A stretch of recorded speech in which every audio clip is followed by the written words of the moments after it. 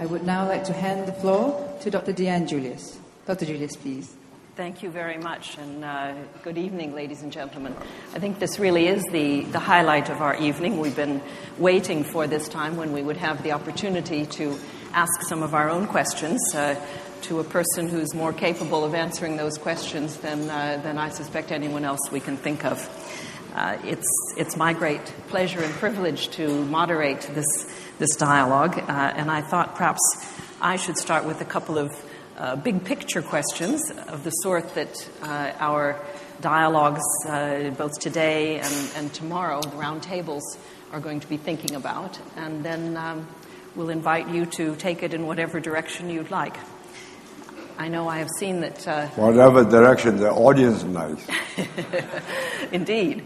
Well, someone pointed me to one of your appearances on YouTube, and I was amazed at the variety of questions that were thrown at you, but also at the unexpected answers you sometimes gave.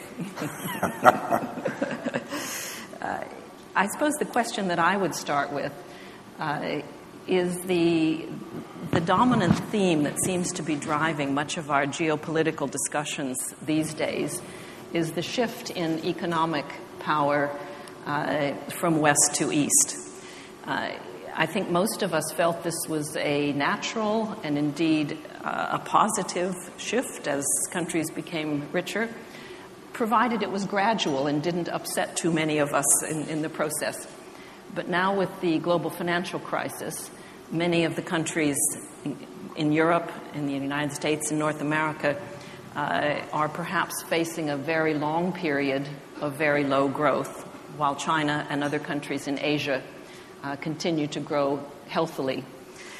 And I think this raises the question of how will the world look in a decade, and what challenges do you see, Mr. Lee Kuan Yew, for both East and West as this shift accelerates? The shift is inevitable because of the numbers of population.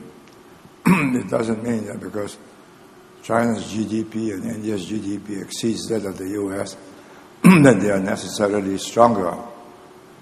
I mean, they've got more resources at their command. They can field larger armed forces, larger navies. But the fact remains that per capita, the U.S. is still very far ahead, and in technology is also very far ahead. But if it happens too rapidly, Chinese may make a miscalculation. They may become more assertive and pushy, which will be contrary to their long-term interest, which is to win over the countries, the smaller countries in the south, onto their side. So they face a contradiction there.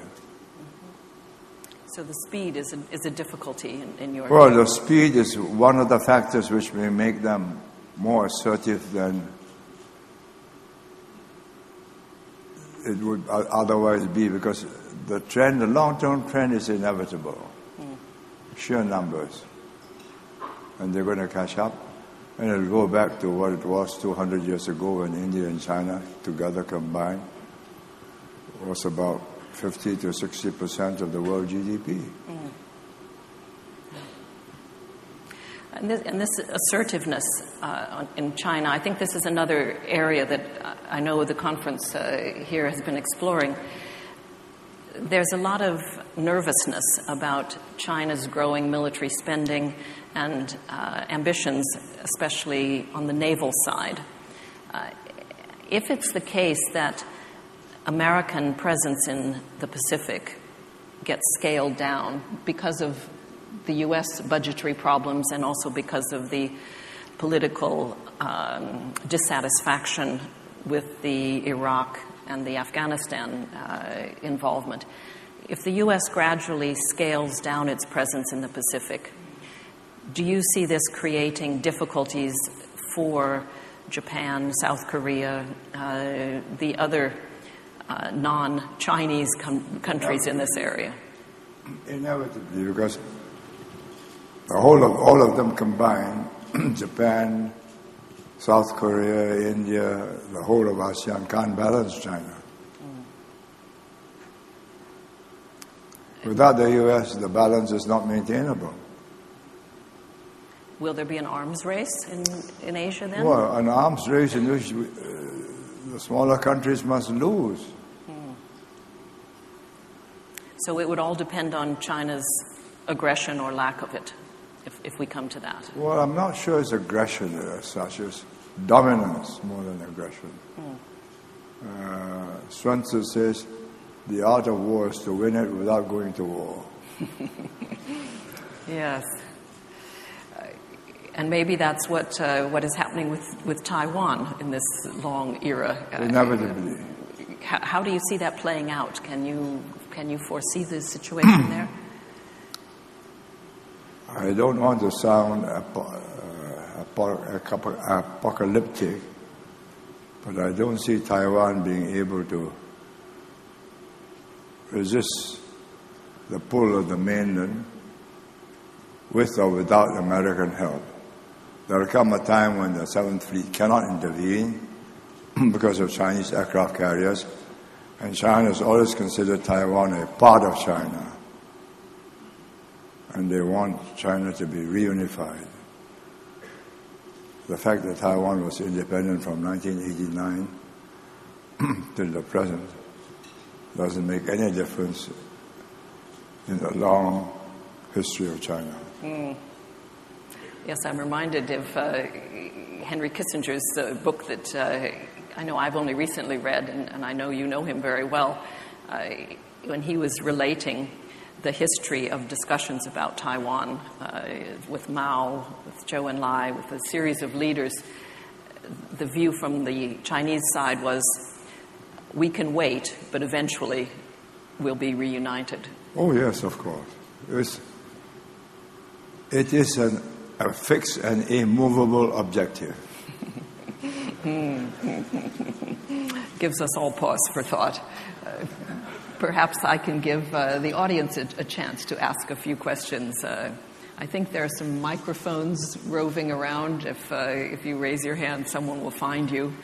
And perhaps you could stand and give us your name and background or where you're from as you ask a question. There's a gentleman, yes, right here. Mr. Minister, Mentor, it's a great honor and pleasure, as always, to meet you. I'm Sergei Karaganov from Russia. Now, I've never heard your views on the future of nuclear weapons in the world. We have started a discussion during our conference on whether it's a positive or a negative feature of the future world, where they should be eliminated or they should proliferate under control. What is basically your views, not only as a politician, but as a philosopher of strategic thinking?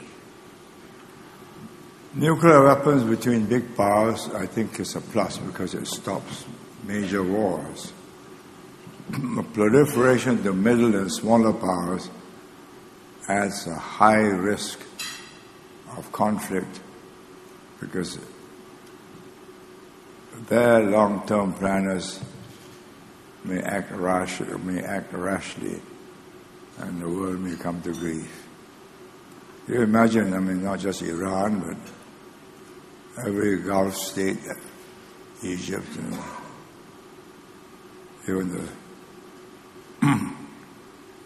smaller states in Africa have got nuclear weapons. For the big states, it freezes the world, the configuration, political influence as it is. For the small states, it's a very high-risk problem for the world.